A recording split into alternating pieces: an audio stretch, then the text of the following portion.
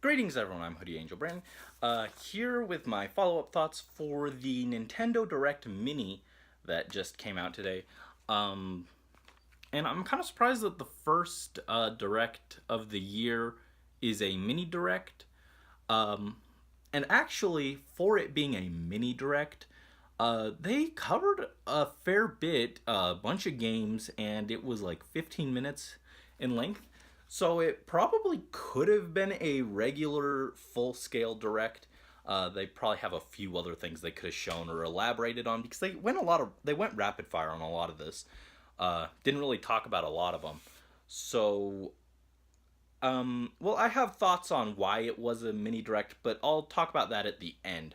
Uh, with that said, this is also my first Direct that I can cover after getting the Switch, so these games are actually suddenly kind of relevant to me again. So I'll give my thoughts on them and everything. With that said, let's just dive right in. First off, they opened with a re-release of a DS game called The World Ends With You. I've heard of it a few times, but I've never really looked into it or anything. I didn't even know it was a DS game. I thought it was like on PlayStation or something. But the main character is really cute. uh, as always, just adorable. Uh, but it's like an action RPG with like rhythm elements, it sounded like. And they didn't give a release date on it, but they did mention there's going to be some kind of new story content or whatever, and it's a port for fans of that game. I know a lot of people are like, well, the Switch doesn't need ports, and yes, to an extent, I agree. But it's always cool to just get a game that you really love and be like, yeah, I can play this on the go or whatever. Or if it was a game that was already portable like this, oh, I can play it on the big screen now because the Switch can do that. So just cool for anyone who's a fan of that game. Uh, Next was a Pokken Tournament DX update. Wow, gee, you can update the Switch version, but that Wii U version that I bought for $60, no updates came for that. Basically, I feel really betrayed by that because I feel like basically I was buying a demo, basically a full price demo, and then the real stuff is on the Switch. I feel really betrayed about that, but it just feels really scummy. But the actual update itself is coming in two waves. Wave 1 will have Aegislash, who also has two forms that he can swap between, an offense form and a defense form, of course. Uh, as well as the support Pokemon Mimikyu and Mega Rayquaza. Actually, that's about the only time I ever thought I'd hear Mega Rayquaza in a support role. But he'd just be too strong as an actual fighter. He'd get banned from the ban list. And then Wave 2 will feature Blastoise because Kanto needed more representation. And also Mew, again Kanto, and Celebi as support. Uh, I Aegislash is an okay rep. I think there are plenty of Pokemon who deserve representation more. Uh, but you know, it's okay. I'd rather have it over again another Kanto Pokemon, which Blastoise is, and Blastoise is also my least favorite starter Pokemon, so I'm not excited about that at all. But an Aegislash is just whatever. Mimikyu would have been really cool if it were an actual fighter instead of a support. As it is, I just can't get excited about any of this. The one character the one Pokemon in there that I'd actually be excited for was relegated to support, and then the ones that I care less about are the main fighters. Uh, there are also going to be avatar customization in those, but and that was my favorite part of Pokken. Overall, the game just wasn't exciting to me. I mean, I'm not big on fighter games to begin with, but there are just a lot of issues with Pokken that I'm not wild about. But those DLC waves are January 31st for Wave 1 and March 23rd for Wave 2. And I think you can buy both now, and then your system will just add the Wave 2 and when it comes out or whatever.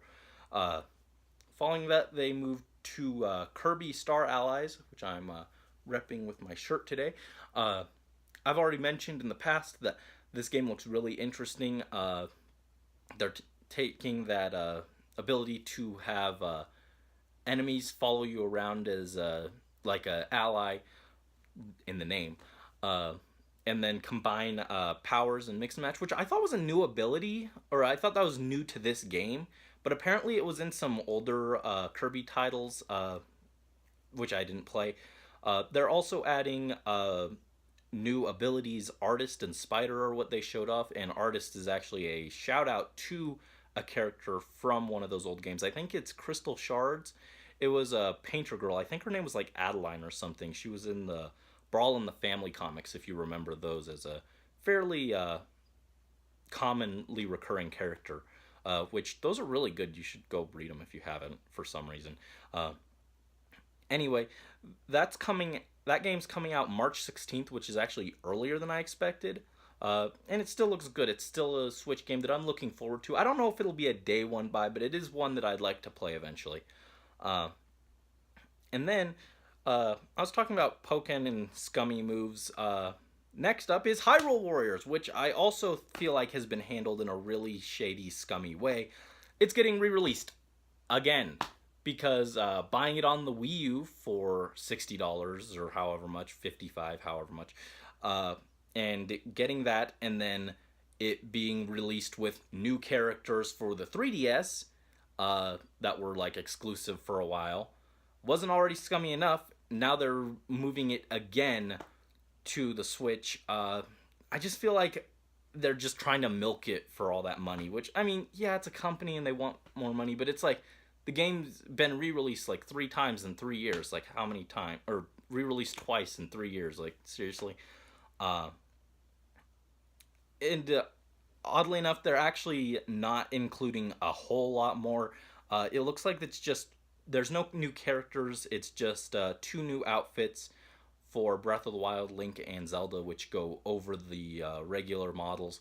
So it's not a whole new character, but I was actually thinking about, as I was playing Breath of the Wild, like, if they re release Hyrule Warriors, because for some reason I got the sinking feeling they would, I was thinking, man, they should add Breath of the Wild Link in some way. And they did, so that's cool. I wouldn't, even though I've got reservations about the way they handled the whole situation, uh, I wouldn't be opposed to maybe picking it up again after I get Fire Emblem Warriors, just because I really want to style on people as Breath of the Wild Link some more. But that's that. That's coming later in the spring. No release date given. A lot of these they didn't give a specific release date for.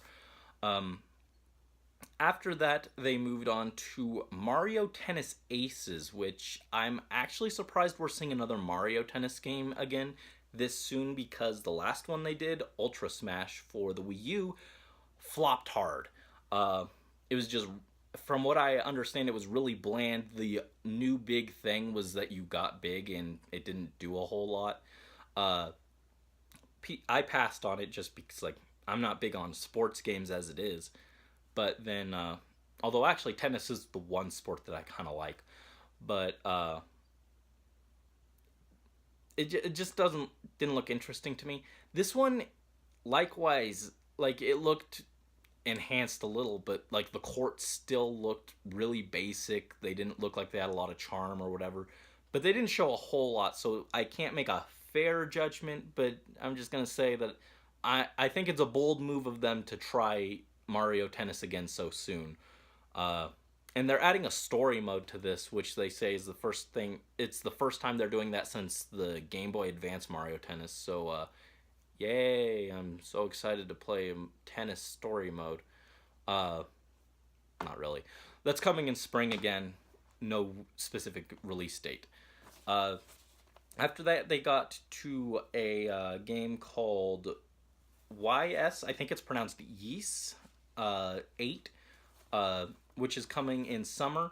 I don't know if this is a port or a whole new title, but your character ends up like shipwrecked on an island, and you have to hunt monsters and build like a base to survive or whatever. It looks good. It looks interesting.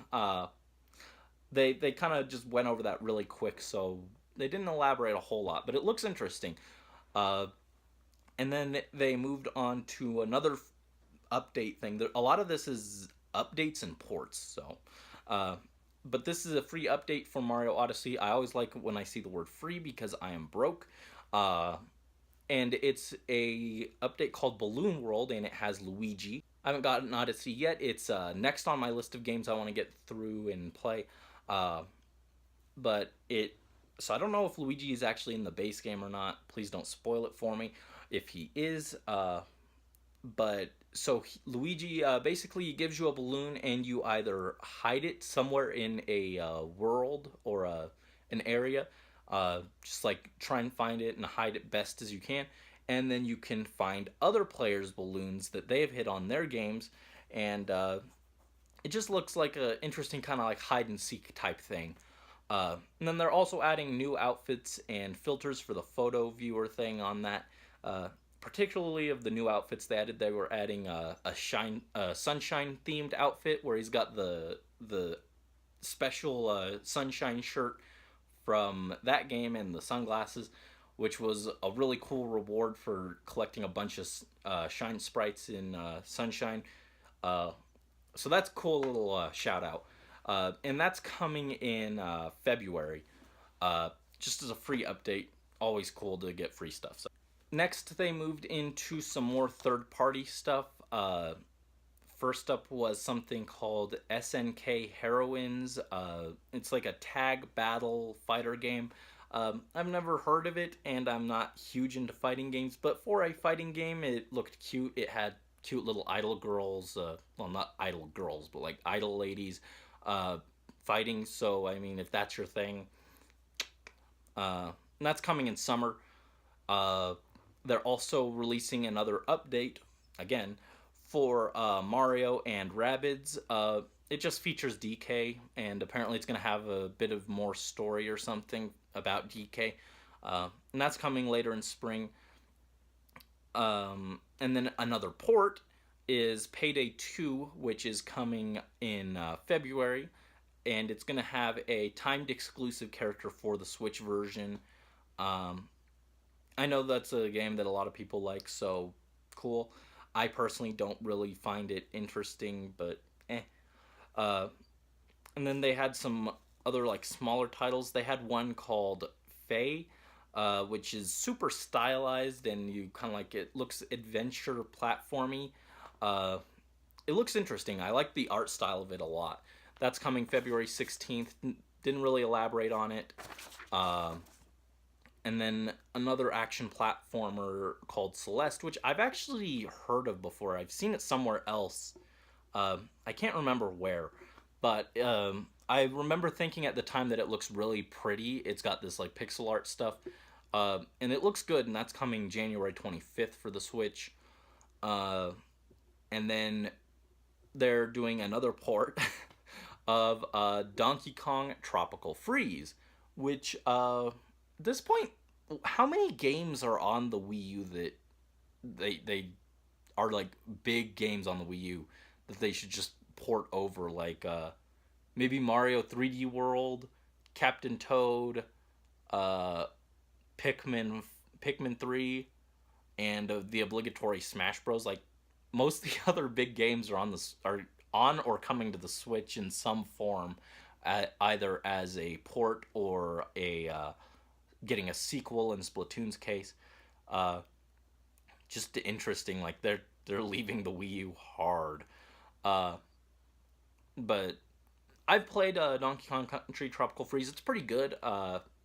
Bit too difficult for my taste, but they're adding Funky Kong playable for those people who thought it was a little too hard because Funky Kong is freaking OP. Like he has a double jump. He can corkscrew forever in water. Spikes he's immune to. It's just like wow, jeez. Uh, it looks like he's not invincible, but he's pretty close. Anyways, that port is coming out on May 4th. Cool for people who skipped the Wii U and just want to try a pretty good Donkey Kong game. And then finally, they closed off the presentation with Dark Souls Remastered, uh, which I think was supposed to be their big announcement of this. direct, but it's been rumored for a while. I've heard rumblings about it for forever. That's coming May 25th. I don't know anything about that game other than it's really hard. Every game is reminiscent of it for some reason. Because like every game, oh, this game is the Dark Souls of RPGs. This game is the Dark Souls of platformers. I don't know. And I think you worship the sun. I don't know. Uh, they didn't even show any gameplay or anything. It was just like a cinematic trailer, so it didn't get me that interested. I don't know enough about it to say really, but cool for fans of that series, I guess, because now you can play it on the go. And again, I think that was supposed to be their big bombshell announcement, and it was supposed to get everyone hyped up. But we've already been speculating on it for so long that it was just kind of like, okay, yeah, it's confirmed. Uh, so overall, there wasn't a ton here that made me personally super excited. There were a lot of little things that probably appealed to different people, like, oh, I really loved The World Ends With You, or I really love Dark Souls, so that's coming to the Switch, yay. Or ooh, free updates for this game that I really like playing, like Mario Odyssey, and I just get more content for it. Cool. Uh, but there wasn't anything that really stood out to me as like huge, which is why I think I can see why this is a mini direct instead of a full scale direct, because a full scale direct they usually have one big announcement that they're like, blow everything out of the water. Nintendo, keep your eye on in the next few months, you know? Which I didn't really get the impression that they had anything like that here. Uh, it just kind of felt like, yeah, okay. It like despite how many things they covered, there wasn't anything really big here that they couldn't have just been like, okay, there's a week before release, just throw out a trailer. So I see why it was a mini direct. There wasn't anything super interesting. Anyway, what are your thoughts? Let me know in the comments down below. As always, thank you so much for listening to my ramblings, and have a great day. This is Hoodie Angel Brandon signing out.